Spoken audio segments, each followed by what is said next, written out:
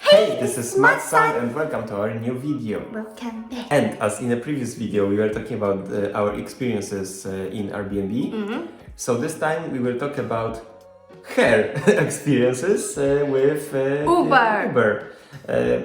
To be honest, I don't know how, but she always has so many experiences. She always talk with those people so many times, so often. Yeah. I am like this most boring client you can ever had. Like not problematic, but doesn't want to talk. Like I literally sit there and use my phone. Yeah. That's it.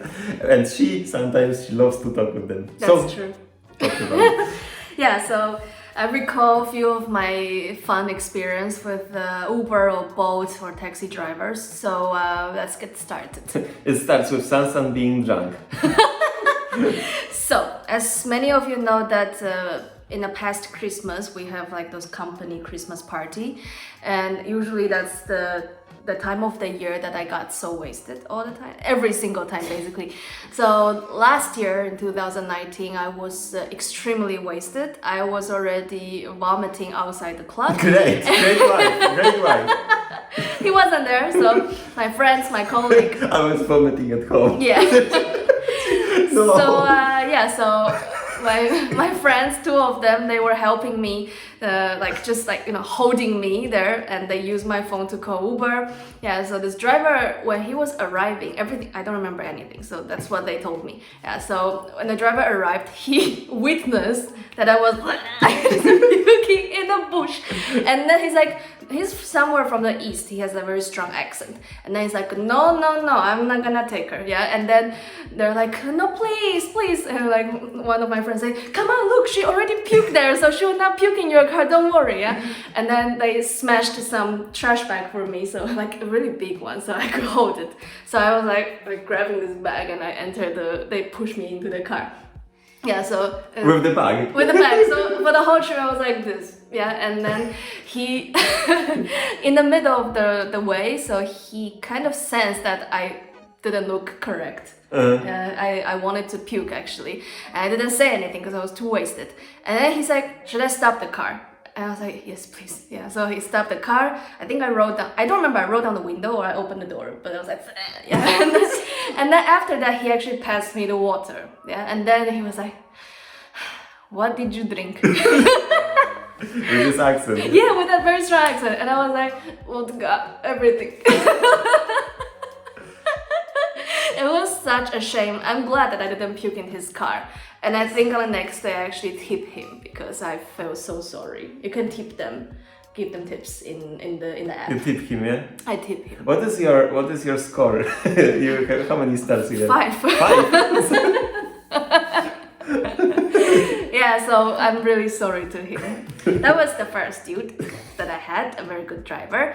Second one happened actually in my last party, I think like 2 weeks ago. So I went to the center to have some drink with my friend, and I wasn't that drunk, to be honest. I was just a bit tipsy. And then after that, we called Uber.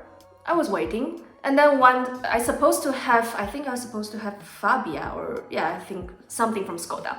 But a Yaris showed up, and he was a bit tuned, and he doesn't have the front car plate. And I was so angry at her. Why the fuck did you enter that car? Yeah, because I know that I'm supposed to go into the right car with the car plate. I know the whole rule, and usually I do it, yeah? But this guy, he was so confident. He arrived, and then he looked at me in the eyes like, I'm your driver. This kind of behavior. So I was like, okay, because sometimes they're like foreigners, and several people share one car, or maybe this car is broken, so they drive other cars. So I know. But you don't do this. Don't do I know. So back then, I know it's stupid, yeah, but I thought that maybe it's just one of those scenarios. So I jumped into the car, and then everything was normal. He just started to drive, yeah. But then I just felt like I have this instinct that I wasn't worried he would rape me. I was worried that he would drive me to totally opposite direction because he probably picked up the wrong passenger. So I asked him with my poor Polish that, sorry sir, but is this you? Yeah, because I have the app with the dude there who doesn't look like him at all. And then he stopped the car, he looked, he's like, nie, to nie ja. Yeah, and I was like, okay, dziękuję, do widzenia. Yeah, so I jump off the car and then my driver actually texted me that he's waiting. At the place, so I was like, okay. It just happened like 1 minute after I got into that car. So you still go back, yeah? I waited at that new location that I jumped off the car, but I called this my Uber driver, who is from Ukraine probably. Yeah, and then we spoke in Polish, and I said that could you pick me up in this new place? He's like, okay, jechać. Like he's like, I'm driving to you. Yeah, so it was helpful. Yeah, and when he arrived, I was talkative. I said to him like, I was in a wrong Uber. I was in that Yaris, and then he said to me like, no, it's not Yaris, and like he's trying to like have some small talk with me about car. Yeah, so yeah, indeed it was scary, and I learned from the lesson. I know, and girls out there. All the girls here, guys too, who don't want to be raped, just don't ever, when you are doing this Uber, just never ever go to the car that doesn't have the registration plate that is mentioned there. Yeah. Or it's even different car, or different guy. No registration plate. What the fuck? Yeah, I'm so sorry, and I'm really glad that nothing bad happened to me. Yeah. It's like checklist. There is no registration. There is completely different car, completely tuned up, and the guy is super different, and he is so sure that this is you. It's like perfect rape material, you know? Like, and you so just scary. Yes. Yeah. Okay. So we learned from mistake. Yeah. Okay. Next one was experience of us that once we were in the rush to catch the train. And, this was so annoying. Yeah, and we were stupid because we always depart our home later than we're supposed to be. So the driver arrived, but he drove like 20 kilometers per hour all the way. And we were really in the rush. And then he's like super chill. There's no car on the street, and the speed limit is like around 60 or 70. And he was driving like literally 30. Yeah. And I was like really burning on the seat, and I was telling him like, maybe tell him to drive faster. And then he's like this kind of guy who doesn't want any confrontation. So he's like, it's okay. And I was like, super angry. We made it. We made it, but it was such a pain in the ass on that trip. Yeah. Okay, next one is that I had a driver from Pakistan. I wasn't drunk, this one. Yeah, so generally we were talking because obviously we're both foreigners, so I like to ask them like, oh, where you're from, how you end up in Poland. No, in English, okay.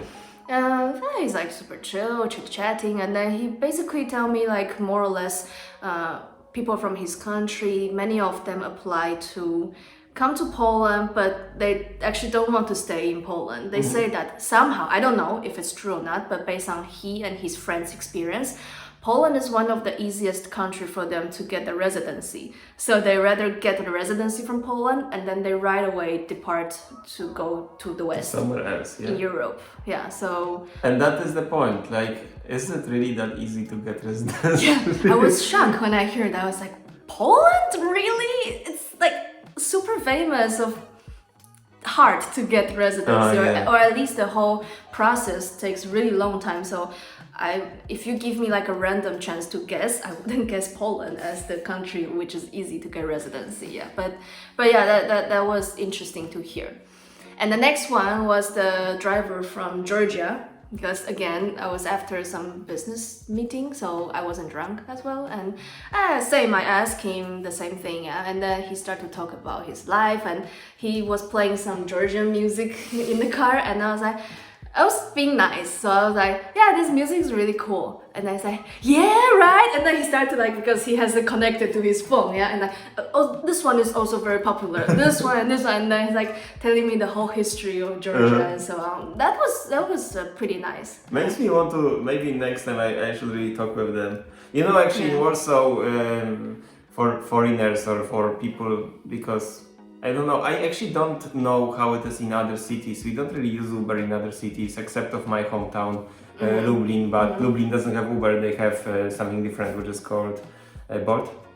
But I see mostly there are Polish people there driving. That's true. I don't know about those, let's call it fancy cities, like Kraków, Wrocław, blah, blah, blah, if it's the same as in Warsaw, but in Warsaw, you rarely see Polish driver driving Uber. Yeah, really rare. So actually, for people who really like to talk with those dudes, you can, as she, you can really see so many like interesting stories and like things that you can actually talk about their life and how they get to be here, for example. Yeah, it's interesting. Yeah, because here is like literally full of foreigners.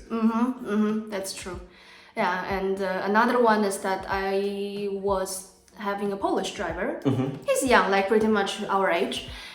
He looks very normal, so I also asked him, like, do you speak English? He's like, yeah, I do. So we were chatting. And then he said that he's actually a full-time musician. He's making music with his friend. They're making a record right now. And Uber is just something that he likes to drive around the city. And he was Polish. Yeah. And then he said he likes to talk with people. So it's just something that he enjoyed to do during the spare time. So that was also cool. That is cool. Yeah. That is cool. So only one last thing is that every single time, especially after party, so I'm like super talkative and in Polish. Yes, in Polish, because as I say, most of them are like from Ukraine mostly, or speaking Polish only. They don't really speak English. Or they are from, let's say, like this regions of like not from west but from like eastern part of Europe, like those kind of regions. So they come here to Poland to work. They learn Polish, and many of them they don't speak English that well. So the only way to communicate with them is in Polish. So somehow I feel like when I'm in front of foreigners, I don't feel that stress that he might think I have bad Polish. It's good for you to practice. Yeah. So because of that, I'm very open to talk with them. Yeah. So many times I have very pleasant conversation with those Eastern drivers in Polish. Yeah, so that was it. But really, it's fun, and I also encourage people to speak with them. I think it's quite fun for them as well to have people to chat with them. Sure. So hope you guys like the story of rather Sansan. Actually, I didn't really say a word here. So hope you guys enjoy it. We encourage you to experience different cultures and languages. What the hell I'm talking about? Okay. So see you guys in the next video. We love you. We love you, and if you like the video, please give a like, and we welcome you to follow our Facebook fans page as well. Yes. Which the links are down below. Yes. Okay, so see you. See you. Bye. Bye. Cheers. Yay.